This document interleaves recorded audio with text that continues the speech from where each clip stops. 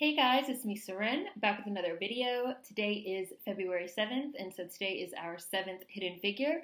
And today's hidden figure is Doreen Ketchens, who was born October 3rd, 1966 in New Orleans, Louisiana, and is a jazz clarinetist who performs Dixieland and traditional jazz.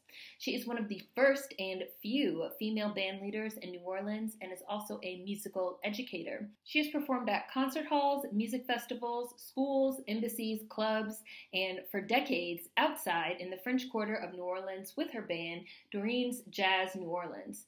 Ketchens has performed for 4 U.S. presidents and is widely considered one of the cultural ambassadors of New Orleans and of traditional New Orleans music.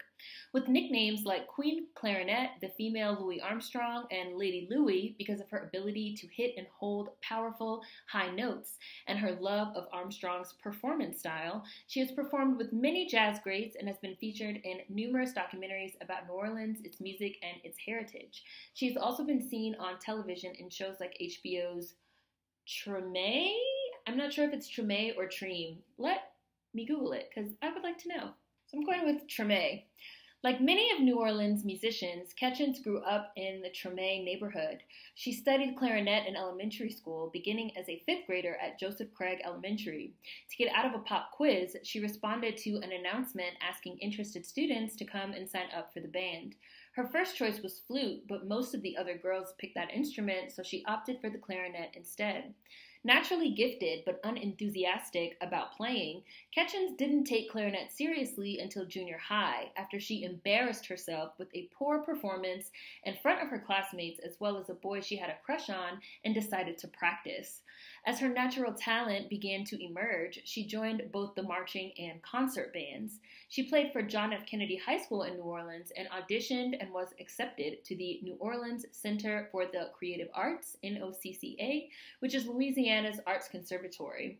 Initially disliking jazz, she focused on classical music instead, and through scholarships and internships, studied with the New York Philharmonic and University of Hartford's the Hartt School in Hartford, Connecticut. She also had an internship with the Symphony in Hartford and attended Delgado Community College and Loyola University of New Orleans. She worked her way through music conservatories and college as a chef, holding positions from prep cook to head chef. In her words, "I've always had a love for cooking, and while in college, I got paid for doing it." Doreen met her husband, jazz musician Lawrence Ketchens, at Loyola, stating, "I didn't try jazz until I fell in love with the tuba player at Loyola." Lawrence plays the tuba, valve trombone, piano, drums, and sousaphone, and he also arranges the music for Doreen's Jazz New Orleans. In addition to arranging and performing, he's also a music producer who has worked with the likes of Teddy Riley, Trombone Shorty, and many others. Ketchens performed her first jazz gig with Lawrence at the 1987 Republican National Convention. She also ran a plate lunch eatery called Doreen's Sweet Shop for a time until she and Lawrence kept passing musicians working the streets of New Orleans, and she told him that they could probably make more money doing that. "Before we knew it, we were jazz musicians," Ketchens said. "Love makes you do crazy things. I made more money on the streets than selling food." The couple began performing on the streets of New Orleans in 1987. As they came into contact with various other street musicians, Ketchens put a band together, and they began playing in Jackson Square with her first set, the Jackson Square All-Stars. The band evolved into Doreen's Jazz New Orleans, but was met with sexism and chauvinism when they attempted to play in clubs, as many traditional jazz club owners did not want a band with a female band leader. Instead, the band remained outdoors in the French Quarter and became popular for their street shows and performances at festivals. Ketchens also understood the importance of the early internet and provided music, videos, and merchandise for direct sale to her fans through her website, which contributed to their success. The band has self-released 23 volumes of CDs and 3 DVDs, all of which is still available on her website to this day. Post-Katrina, Doreen's Jazz New Orleans hit the road after the street work evaporated. Those were her words. "The world would come to us. Now we have to go to the world," she said. As entertainers and educators on traditional NOLA jazz, Ketchens' group has appeared at jazz festivals in New Orleans and at music fairs, festivals, workshops, and showcases throughout the world, with job offers coming from Europe, Asia, and South America. The band also continued to record and sell music through their website, which has been lucrative. We've been blessed by getting more work after Katrina, Ketchens said with gratitude. Ketchens has also said that Doreen's Jazz New Orleans is a group whose primary interest lies in spreading the culture and traditional music of New Orleans all over the world. She has also been featured in numerous documentaries about New Orleans, its heritage, and its music, including several profiles by WWOZ, New Orleans Jazz radio station.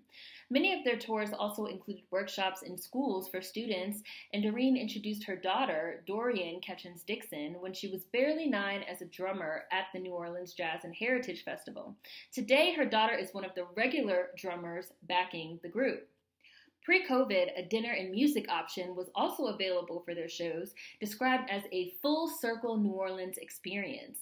The option included a full concert with classical Nola meals such as jambalaya, dirty rice, red beans with rice and gumbo, Creole stew, braised rabbit, bananas foster, and bread pudding.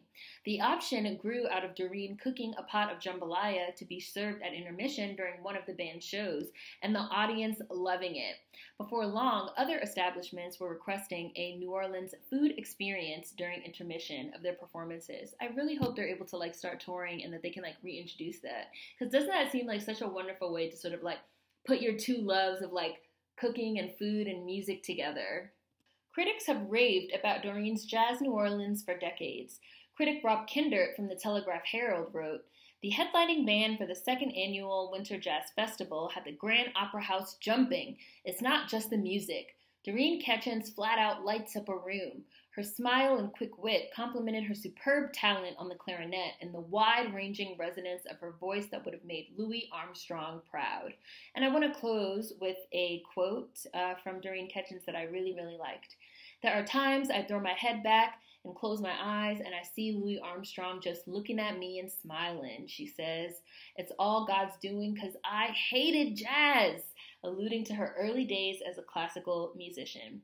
"I grew up over in Treme where all those jazz bands played, the Dirty Dozen and the Chosen Few, and here I am now. Here I am." And that's Doreen Ketchens, a hidden figure. Of course, I will include links and information and video clips of her performing in the description box. Hopefully you guys enjoyed this one. Food for thought as always. See you guys next time. Peace.